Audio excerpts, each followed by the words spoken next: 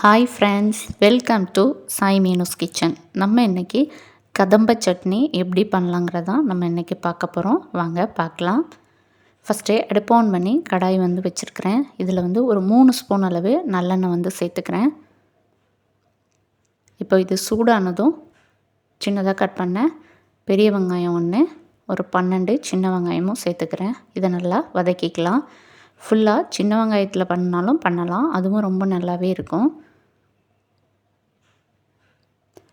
Next இதில் சின்னதாக 2 துண்டு இஞ்சி, 12 பல் பூண்டு சேர்த்துருக்குறேன். இப்போ இதை நல்லா வதக்கிடலாம். நெக்ஸ்ட் இதில் சின்னதாக கட் பண்ண தக்காளி பழம் 2 தக்காளி பழம் சேர்த்துருக்குறேன். இதையும் நல்லா மிக்ஸ் பண்ணி வதக்கிடலாம். அடுத்து இதில் 3 சில் தேங்காவை சின்னதாக கட் பண்ணது சேர்த்துக்கிட்டேன். இப்போ இதையும் நல்லா மிக்ஸ் பண்ணி வதக்கிடலாம். நெக்ஸ்ட் இதில் மல்லி இலை கொஞ்சம், கருவேப்பிலை கொஞ்சம், ஒரே ஒரு பச்சை மிளகாய் இதை சேர்த்துக்கலாம். புதினா இலை இருந்துச்சுன்னா கொஞ்சமாக சேர்த்துக்கோங்க, அதோட டேஸ்ட்டும் ஃப்ளேவரும் சூப்பராகவே இருக்கும். இப்போது இதை நல்லா மிக்ஸ் பண்ணி வதக்கிக்கிறேன்.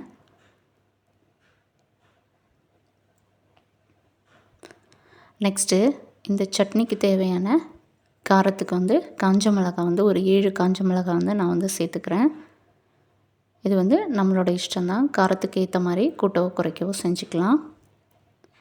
அடுத்து பொட்டுக்கடலை ஒரு 2 ஸ்பூன் அளவு சேர்த்துக்கிறேன். இப்போ இதையும் நல்லா மிக்ஸ் பண்ணி வதக்கிடலாம்.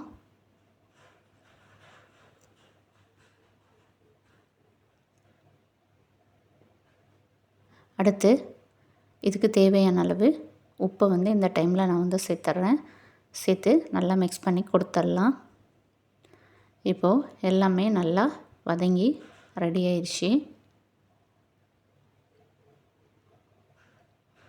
இப்போது நான் அடுப்பை ஆஃப் பண்ணிடுறேன்.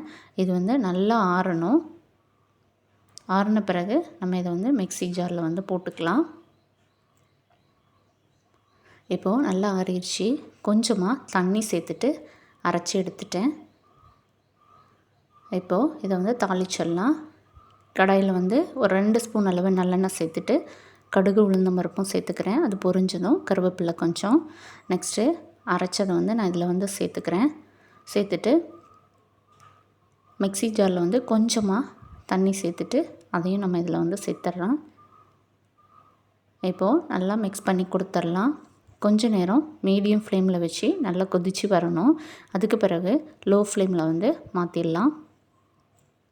இந்த கதம்ப சட்னி இட்லி தோசை கூட சாப்பிடும்போது அவ்வளோ டேஸ்ட்டாக இருக்கும். கண்டிப்பாக நீங்கள் செஞ்சு பாருங்கள், ரொம்ப நல்லாவே இருக்கும். உங்கள் எல்லாருக்கும் ரொம்ப ரொம்ப பிடிக்கும்.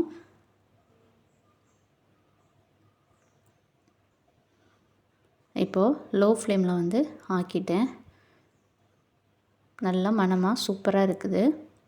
பாருங்கள், ஓரங்களில் கொஞ்சமாக எண்ணெய் பிரிஞ்சு வருது. இந்த டைமில் அடுப்பை ஆஃப் பண்ணிட்டேன். அவ்வளோதான், நம்மளோட கதம்ப சட்னி ரெடி ஆயிடுச்சு. கண்டிப்பாக நீங்களும் செஞ்சு பாருங்கள், அவ்வளோ டேஸ்ட்டாக சூப்பராக இருக்கும், நல்ல மணமாக இருக்கும். இட்லி தோசையோடு சாப்பிடும்போது ரொம்பவும் நல்லாவே இருக்கும். கண்டிப்பாக நீங்கள் செஞ்சு பார்த்துட்டு எப்படி இருக்குதுங்கிறத மறக்காமல் உங்களோட ஃபீட்பேக்கை சொல்லுங்கள். பிடிச்சிருக்கு அப்படின்னா லைக் பண்ணுங்கள். மறக்காமல் உங்கள் ஃபேமிலி அண்ட் ஃப்ரெண்ட்ஸுங்களுக்கும் ஷேர் பண்ணுங்கள். நம்ம சேனலை சப்ஸ்கிரைப் பண்ணலன்னா சப்ஸ்கிரைப் பண்ணிக்கோங்க. செஞ்சு பார்த்துட்டு உங்களோட ஃபீட்பேக்கை கமெண்டில் சொல்லுங்கள். ஓகே ஃப்ரெண்ட்ஸ், தேங்க்ஸ் ஃபார் வாட்சிங். நெக்ஸ்ட் வீடியோவில் நம்ம பார்க்கலாம். அது வரைக்கும் பாய்.